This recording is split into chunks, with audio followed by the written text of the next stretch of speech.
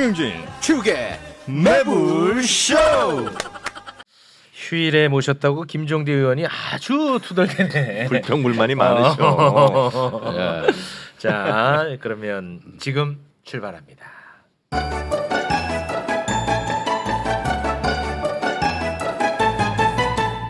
세계로 뻗을래요. 자, 한 분 한 분 만나보겠습니다. 김종대 의원님 어서 오십시오. 안녕하십니까. 네. 아니 오늘 그 쉬면 뭐 하시려고요? 집에서 만두나 빚으려 그랬는데 여기 나오니까 안 돼. 아 죄송합니다. 예. 아 진만두는 너무 맛있는데. 김치만두. 아 네. 두부 많이 넣어야 돼. 두부 많이 넣어야지. 두부. 당면. 아니 사는 만두는 절대 그 맛이 안 나. 맞아요. 예. 그 희한하더라고요. 예. 아유 딱 죄송합니다. 만들어 놓고 일주일 동안 먹으면 아 진짜 맛있는데. 예. 아 죄송합니다. 예. 그렇게 화날 만두 하네요. 고맙습니다. 자 그리고 성일광 실장님 어서 오십시오. 네, 반갑습니다. 네, 네. 반갑습니다. 아 휴일에 모셔서 너무나 죄송합니다. 아니 고맙습니다. 네. 집에서 별 할 일도 없었는데. 그래요. 네, 고맙습니다. 고맙습니다. 자 그리고 조희문 교수님이시죠? 네 조희문 교수님 네. 어서 오십시오. 반갑습니다. 아, 예, 반갑습니다. 네, 반갑습니다. 저를 왜 그렇게 저번에 여기 한번 왔었거든요. 아, 예. 그랬더니 이제 실물이 텔레비전에 나오는 것보다 훨씬 멋있어.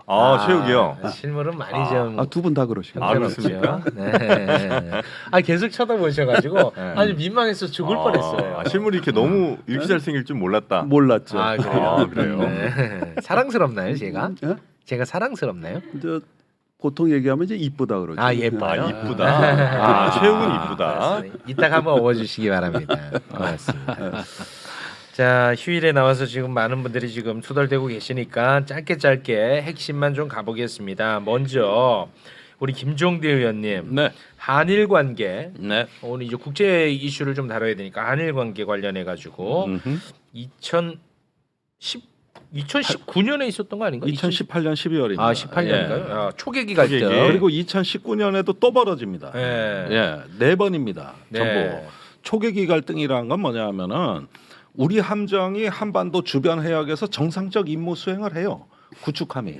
첫 번째는 광개토 대왕함이었어요. 네. 예, 이게 울릉분지 어장에서 그때 북한 어선이 조난을 당해가지고 구하러 갔어요. 네, 구조 활동하고 있었죠. 구조 활동하러 간 거예요. 그런데 꼭 스토커처럼 따라붙어. 일본의 초계기가 절절절절절 따라와가지고. 아이고 왜 그러는 거야? 아니 그러니까 이게 단순한 초계기 갈등이라고 보지만은 저는 동해에서 일본이 자기네 해양 세력권에 눈을 뜬 거예요.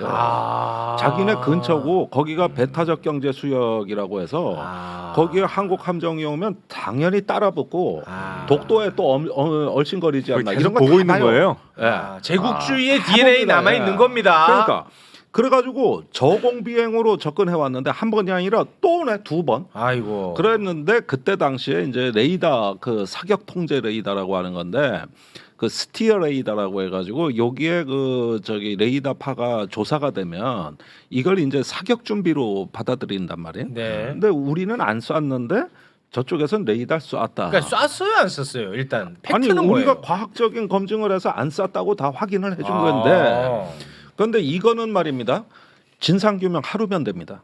그쪽에 초계기가 우리 레이더를 쐈으면은 그 주파수 대역에 이게 검출된 게 다 레코딩이 돼 있다고. 그거 까고 그다음에 우리는 저 레이더 로그온 기록해서 그거 기록 다 까고 이렇게 과학자 검증하면 하루면 다 끝나요. 이게 무슨 4년까지가.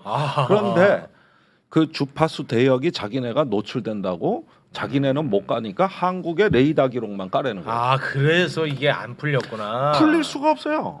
지금도 안 풀리는 거예요. 지금도 안 풀려요. 그래가지고 그 부분은 이제 그냥 지나갔는데. 네, 선생님 이거 이제 덮고 가자는 건데 그러면 예를 들어서 똑같은 일이 벌어져. 네. 그또 그 스토커처럼 또 이렇게 그 위협 비행해 조공으로. 네. 그럼 그때 어떻게 하라는 거야? 아니 그래서 그런 일이 있고 났는데 포항 앞바다 제주도 남방에서 우리 구축함에 또 따라붙어가지고 이번엔 초저공 비행으로 들어온 거예요. 언제요? 뭐 70m밖에 안 언제, 돼요. 언제? 2019년에. 아 19년. 네. 그러니까 계속 붙는 거예요 이게. 어. 그러니까 이게 저기 뭐냐 해군이 격분해 가지고 자꾸 이거 노골적인 적대행위인데 우리 대응 지침 만들자. 그래가지고 우린 자위권 행사 못하냐. 이래가지고 두 번은 들어올 때마다 경고 방송을 해라. 접근하지 말고 세 번째는 레이더파를 조사해라 이거예요. 이렇게 해서 대응 지침을 만들었는데 실행이 안 됐어요. 그나마도 이거 안 써먹은 대응 지침인데 정권이 바뀌고 갑자기 윤석열 정부 되니까 저기 국방부하고 국민의힘에서 이 대응 지침을 문제 삼은 거예요. 왜 일본 우방국에다가 이런 군사 조치를 계획했냐 이거. 아니 우방국이 아니, 지금 위협했잖아요. 그거는 우리가 짜증나. 필수적인 자위적 조치를 네, 만든 네, 거고 다시 써먹지도 않았는데 우리를 죄인으로 몰고 갔어요. 해군을. 그래가지고 이번에 봉합이 됐다는 뜻은 뭐냐? 그 대응 지침 없던 걸로 하고 앞으로 이런 거 안 하겠다. 그럼 위협 이렇게 약속을 해주고 비행하면 어떻게 할 거냐고요? 아니 무대 무지침이란 무지침. 그러니까 저기 앞으로 대응 못해요. 예컨대 이런 일이 또 발생할 가능성이 높은 지역이 독도 인근 같은 데서 발생할 그렇겠죠. 가능성이 네. 아주 높아요. 그렇겠죠. 그리고 꼭 오징어가 거서 잡혀. 희한해. 이 오징어는 꼭 NLL 부근에서만 아유, 하필이면 어장이 형성돼가지고 네. NLL에서 울릉분지 어장으로 일본 말로 대화태 어장이라 그래요. 네. 대화태가 그 야마모토 그 야마모토 한 기억 나실 거예요. 2차 대전 때 왜 그 큰 일본 함정. 네. 그런데 여기서 저기 뭐냐 그 일이 벌어지면 일본은 반드시 출동합니다. 아하, 이거 앞으로. 그래가지고 이거 우리 함정이 독도로 가는지 안 가는지 감시하고 이런 활동하면 어떡할 거예요? 어떻게 할 거예요? 그래서 이런 걸 다 해제해 버리고 이렇게 우리가 대응 지침을 폐기하는 걸로 하고 초계기는 어디다가 갑자기 나타나는 거예요? 초계기요? 네. 아니 일본이 초계기가 전 세계에서 제일 많은 나라예요. 70대입니다. 아 그래요? 예, 걔는 늘 동아시아 비행하고 있어요? 초계기 다 합쳐도 일본 거만 못해요. 늘 비행해요, 걔는? 늘 비행하죠. 늘 비행하고 그래가지고 이게 교대로 움직이는데 이게 이제 잠수함 탐지도 하고 해상 감시도 하는. 아 그렇습니까? 그런데 저공 비행이다. 아니 그 저기 이렇게 되면은 함정에서 보면은 거듭 이렇게 저공으로 비행에 들어오면은 위협을 느낀다고. 그렇습니다. 실수로 쏘면 안 돼요? 그거는 그런데. 조금 그건 교전 상황인데 아무리 그래도 그렇지 심지어 적성국하고도 네네. 이건 사격은 합참 정도 전략 단위에서 레이더만 통제하지. 쏴야 되겠네, 레이더. 네. 예, 아니, 이게 이를 왜 자꾸 키우려 그래요? 아니, 레이더 정도는 쏘도 되죠. 아니 그러니까 그 레이더 조사도 이제 안 된다는 거 아니겠습니까? 아니, 그러니까 알겠습니다. 이런 대응 지침은 이거 그러니까 좀- 우리가 죄진 것처럼. 네, 우리가 죄인. 아니 우리가 무슨 당연한 임무 희한하네. 수행하고 당연한 지침 갖고 있는 게 이게 왜 잘못입니까? 네. 난 이거 군사 주권에 대한 침해라고 봐요. 그렇게 느껴지네요. 제일 문제는 오늘 현충일 아닙니까? 그렇습니다. 우리 해군 장병들한테 무슨 낯으로 얼굴 들 겁니까? 그렇습니다. 그 우리 해군 장병들이 위험에 처했었는데 네. 오늘도 뭐 천안함 얘기하고 그랬던데. 네. 예, 그러면 광개토 대왕하면 뭐 저기 그렇지. 위협대 받아도 됩니까? 오늘이 무슨 날이요? 우리 해군 장병들이 자괴감에 빠진다 이거예요. 네, 네. 알겠습니다. 잠깐 좀 만두비고 그래요? 계시기 바랍니다. 만두비죠. 다른 나라 이야기도 또 좀 많이 준비가 돼 있어서요. 튀르키예 이야기를 지금 좀 해볼까 하는데요. 그 에르도안 우리가 함께하는 알파고 튀르키예 못 가게 출신 생겼어요. 아니겠습니까? 에르도안을 정말 싫어하고 이거 재선이 뭐 어려울 거다 뭐 이런 얘기를 했었는데 결선까지 가서 결국은 또 재선에 성공했습니다. 네네. 이거 뭐 어떻게 된 사연입니까? 좀 의외의 결과라고 생각하시는데 네. 사실 터키 전문가들은 전혀 그렇게 보지 않습니다. 그래요? 이미 예상됐던 결과다. 그래요. 즉 에르도안 대통령이 지금 몇 년째 집권하신지 아십니까? 근뭐한 20년쯤 안 돼요? 그래? 네, 역시 정프로님, 예, 한 20년. 샤프하시네요. 형 그래? 팀에 약간 김 예. 빠졌네. 그래 죄송합니다. 형 2018년부터 집권했다 하는 이런 답을 원하시는 것 같은데. 그래? 아니요, 정확한 표현이 2003년부터예요. 그래요? 예, 오. 2003년부터 2023년이면 거의 21년 뭐 이렇게 되는 거죠.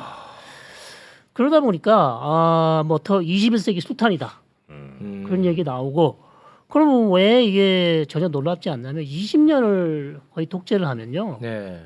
언론 장악부터 해서 다 끝나요. 선거 캠페인부터 해서 야권이 뭐 자유롭게 활동을 할 수 있지만 선거 캠페인에서 뭐 비교가 되지 않을 정도로 여론조사는 근데 밀렸잖아요. 여론조사가 좀 오류가 많이 난 거죠. 오류가 난 거예요. 예, 여론조사는 왜냐하면 워낙 에르도간 대통령이 오래 집권하다 보니까 네. 반대파 쪽에서 이제 젊은 사람들이 워낙 SNS 잘 쓰고 하니까 네. 그쪽에 이제 여론조사 결과들이 목소리가 좀 커 예, 보였구나. 크게 반영이 됐는데 이게 정말 여론조사의 오류가 크게 났습니다. 그 에르도안이 여론조사 통제는 안 하나 보네요. 여론조사 통제는 안 하는데 언론은 통제를 하죠. 아 언론은 통제하고. 원래는 언론이 그냥 반정부 언론이 거의 없습니다. 아 그럼 이번 투표할 때 뭐 부정이 개입했거나 그런 건 없었습니까?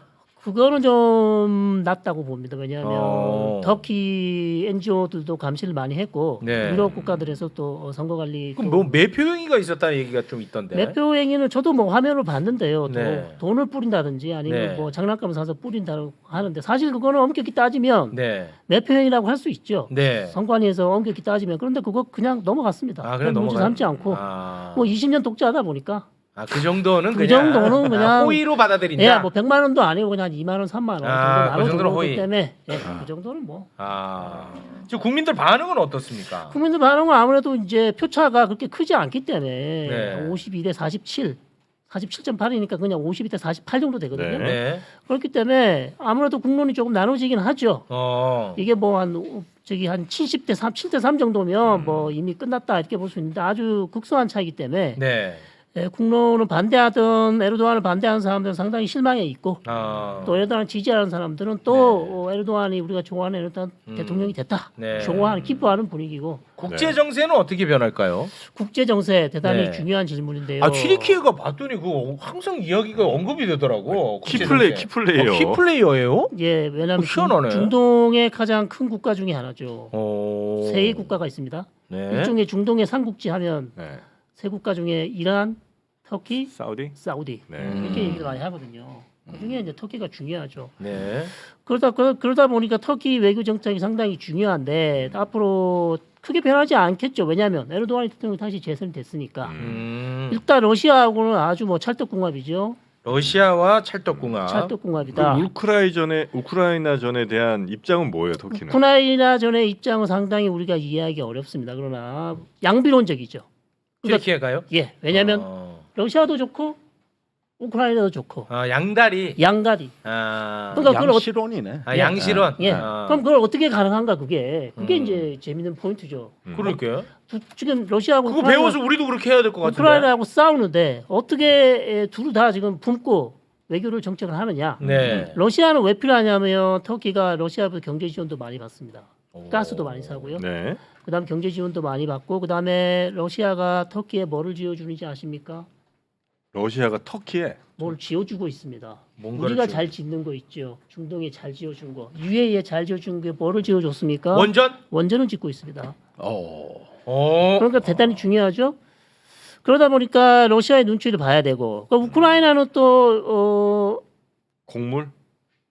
왜 중요하냐? 곡물도 식량도 중요하지만 군사 협력이 이미 협력 관계가 체결됐습니다. 전쟁 우크라이나랑- 나기 전에. 아 그래요? 그리고 공동으로 드론을 우크라이나에서 생산을 하고 있어요. 그래서 우크라이나의 독립을 지지한다. 러시아의 침략에는 바이락타르. 반대한다. 예. 이번에 터키의 그 바이락타르 그 그렇죠. 무인기가 대활약을 해가지고 네. 난리가 작년 전쟁 초기에 그 러시아 전차와 장갑차를 마비시킨 아주 그 결정적 무기가 바로 바이락타르. 아니 러시아 입장에서 드론이. 그러면 그럼 야, 가만 안 있을 거 아니에요. 터키 무기로 지금 우리를 공격해? 이 튀르키예 이거 뭐야 들어오라 그래 이렇게. 많이 주지는 않았습니다. 그리고 전쟁 전에 아 그래요? 전쟁 전에 전쟁 전에. 줬고 생산 기지는 이미 만들었고 전쟁이 난 이후에는 제가 봤을 때 그렇게 많이 주진 않았어요. 아니 에르도안이 외교 잘하네요. 그래서 둘 사이에서 아주 지금 적극적으로 지금 외교를 하고 있어서 와 제법이네. 네, 상당히 그래서 재미있는 현상이죠. 오 제법이야 에르도안이. 국내 정치는 굉장히 좀 뭐 독재도 많이 하고 네네. 뭐 좀 탄압도 많이 하고 하지만 근데 확실히 오래 하면은 외교력은 조금 강해지나 봐요. 그래서 이제 미국하고도 상당히 이제 등을 쥐고 있는데 네. 미국하고도 최근에는 조금 이제 다시 회복을 하려고 하고 있습니다. 회복합니까? 예, 회복을 하려고 하고 있고 어. 이스라엘하고도 상당히 관계가 안 좋았는데 최근에 다시 이스라엘하고도 관계를 회복하려고 하고 있습니다. 그러니까 이게 한 올해 독재하면 네. 나는 이제 대통령 된 지 한 20년 됐는데 쟤는 이제 1, 2년 됐고 쟤 아. 한 2, 3년 되면 이제 그 나가리 되고 다른 나라 뭐 정상은 이렇게 말하는데 이게 급이 잘 안 될 거 아니에요. 그러니까 외교 잘하는 거예요. 그리고 야권 후보가 너무 약했어요. 이번에 예. 아 그래요. 개말이라는 그 야권 클루치글루 발음도 어렵습니다. 클루치글루라는 야권 후보가 네. 너무 약했어요. 카리스마가 없어. 아. 그리고 이전에 지방 선거에 몇 번 대표로 나왔는데 다 졌어요. 네. 근데 왜 이 후보를 했는지 지금 야권에서는 지금 불만스럽게 목소리를 내고 있어요. 네. 차라리 지금 이스탄불 시장이 된 이 후보를 냈어야 된다. 이 젊고 똑똑한 후보를 했어야 되는데 네. 조금 카리스마가 부족하고 에르도안이 뒤에서 이렇게 뭐 좀 그림 그린 거 아니에요? 그렇지는 않습니다. 그건 아니에요. 야권의 실수라고 봐야죠. 네. 알겠습니다. 자, 시간이 없으니까 빨리빨리 진행합니다. 자, 다음은 이제 남미 이야기 함께 해볼 텐데요. 우리 교수님, 남미 이야기 하고 싶은 말씀 다 하십시오.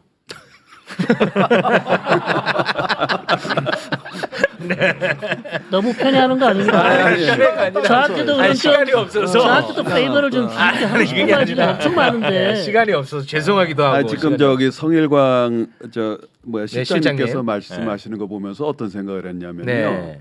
브라질이 남미에 있잖아요. 네. 그런 브라질이라는 것은 러시아나 중국하고 비슷하다. 지정학적으로. 네. 그럼 남미에서 브라질은 남미에 12개 국가가 있어요.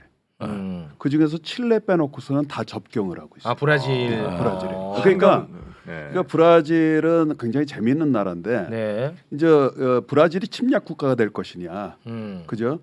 아니면은 브라질이 침략을 당할 것이냐, 둘 중에 한 가지거든요. 그러니까 이제 브라질은 군사적으로 그러니까 군대라는 것을 침략을 안 한다라는 쪽으로 바꿔버렸어요. 그러니까 이제 브라질을 침략할 나라가 누가 있겠어요? 남미에는 없을 것 같은데. 아, 그 브라질에 들어올 나라. 밖에서 침략을 하는 거니까 이제 아. 주변에 있는 국가들 입장에서는 만약에라도 혹시라도 지역 분쟁이 일어난다 그러면 브라질이 위험 요소가 되겠죠. 네. 그래서 이제 보면은 브라질 군대는 평소에도 일을 할 때 보잖아요. 네. 그러면은 뭐 국방력도 어느 정도 있지만은 민간 지원 일을 많이 해요. 그러니까 뭐 재해가 났다 그러면 가지고 집도 뚝딱 대민 지원. 해주고, 대민 지원도 네. 많이 합니다. 그게 하나고 두 번째는 브라질이라는 나라를 이렇게 지도를 놓고 보잖아요. 남미 국가들은 대부분이 안데스 굉장히 높은 산이거든요. 산맥 아니면 아마존이에요. 근데 이제 아마존이라는 곳이 워낙 큰데 브라질로 봐서는 북쪽 지역이고 네. 그다음에 뭐 콜롬비아, 베네수엘라에서 시작해가지고 거기는 대부분 다 동쪽 아니면은 남쪽 지역이거든요. 그러니까 여기는 주로 얘기하면 저 마약이 많이 재배되는 곳이래 가지고 이 국방을 뭐 튼튼히 하자라는 게보다는 주변에 있는 문제들을 좀 해결하자는 부분이거든요. 그러니까 뭐 발전을 하겠다라고 한다 그러면은 그 어떤 발전이냐면은 같이 해야 되는 부분이 좋은 부분들이 많아요. 네. 그래서 이제 보통 얘기 나오면 이번에도 이제 그 남미 국가 정상 회담이라고 네. 이름은 굉장히 길게 썼어요. 왜냐하면 원래는 우나수르라는 게 있어요. 우나스르. 그러니까 남미 일종의 이제 남미 국가들의 이제 공동 그 연합체인데 네. 아, EU 같은 겁니까? 아니죠. 그냥 정치적으로 EU 정도를 한번 만들어 보자 해가지고 뚝딱뚝딱해서 이제 얘기를 하면 이제 좌파 국가들 간에 만들었는데 그게 이제 우파 들어오고 좌파 들어오고 그러잖아요. 그럼 정권이 뭐가 들었느냐에 따라 가지고 아까 빠지고 뭐 이러는군요. 말씀하셨듯이 네. 뭐 한 4년에서 한 6년 사이면 또 바뀌거든요. 네. 근데 거기는 소위 얘기하는 민주주의가 어느 정도는 좀 작동을 해요. 어떤 작동이냐면은 한 사람이 오랫동안 20년 동안 집권하고 그런 거는 이제 없어졌어요. 없어지니까 이게 뭐 들어갔다 다시 나올 수는 있지만은 그런 것이 작동이 잘 안 돼요. 그러니까 이번 같은 경우에도 룰라 같은 경우는 좀 2번 정도 한 8년 룰라. 하다가 네. 이번에 컴백했잖아요. 네. 이번에 데뷔전이었어요, 거기가. 아. 데뷔해가지고 딱 한 것이 우나수르라는 것을 보통 이제 정상들이 만나면은 이렇게 이제 마지막에 그 커뮤니케 합의문 하나 딱 발표하잖아요. 그때 이름 우나수를 좀 내고 싶었는데 또 옆에 원군이 돼야 될 그 칠레도 또 이제 지금 약간 우리 주변에 이제 좌파 쪽인데 좌파는 꽤 이상하다. 좌익 쪽인데 좌익 정부인데 우나수르는 안 된다. 좌파는 이상하고 좌익은 괜찮은 거. 괜찮죠. 아, 그래요. 좌익이죠. 날개니까. 파는 좀 그러고. 네, 네. 그래가지고 이상하시네요. 자꾸만 말하는데 좀 이게 처음 헷갈리는데. 했습니다. 한 번 했습니다. 한 번.